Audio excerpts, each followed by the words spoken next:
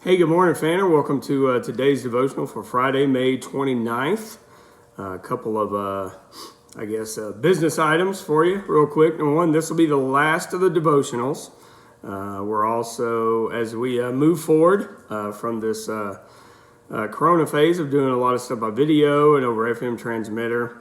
Now, here's kind of our anticipated schedule. Of course, the governor or higher powers could always set this back, but as of this week, this is what we are anticipating. This Sunday, May 31st, will be a church service like we have been doing. We will have two services at 9:30 and 11. You can come in. Social distancing will still be enforced, or well, not enforced, but set up.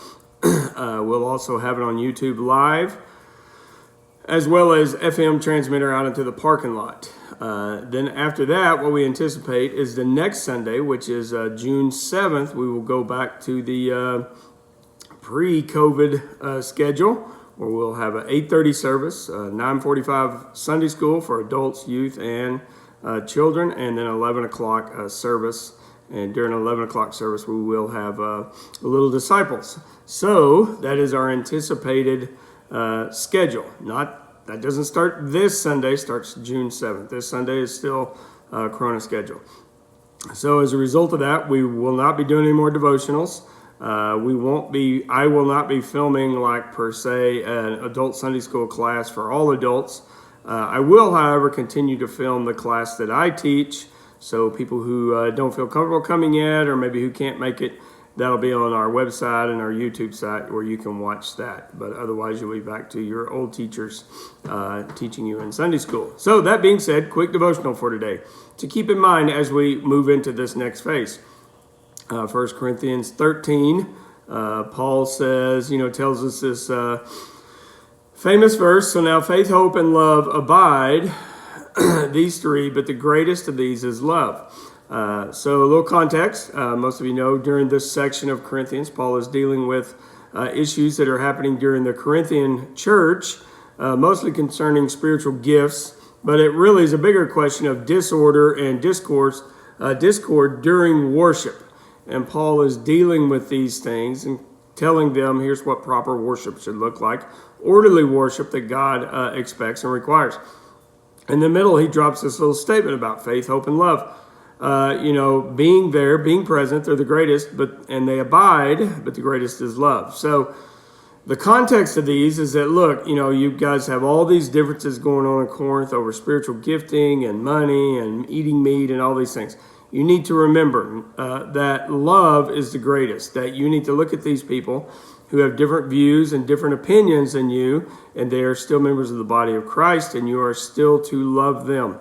And it's interesting to note, we don't think about this sometimes, but we think about faith and hope and love.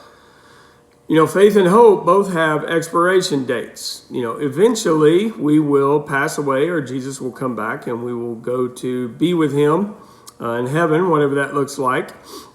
But one thing we do know that it looks like, a couple of things. And one, we will no longer need faith because everything that we have had faith in will be realized in front of us. God will be with us. We will be with God. We will no longer need faith because we will see him and be with him.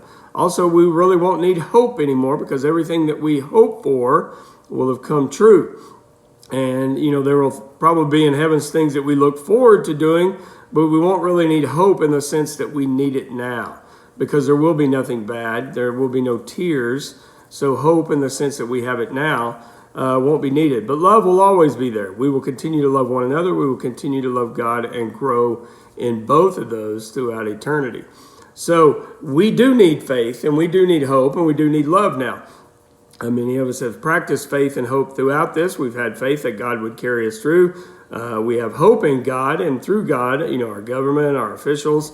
Do they always meet our hopes? No, they don't. But nevertheless, God has instituted them, so we place our hope in this. But we always need love. And as we come out of this, just like the Corinthians, there are going to be varying levels of concern from people. And we need to remember to treat everyone with love, no matter what their view is, no matter what we think of their view. Just kind of keep that in mind, that as we come back together, we begin to see each other. Just remember that there will be, like I said, varying levels of concern about this. And as Christians, we should be the ones who treat this with the most love. So, hey, it's been a joy doing these. Hope you have gathered something from them. I know I have from listening to other people in our church. Look forward to seeing you on Sunday. Thanks. Love you a bunch.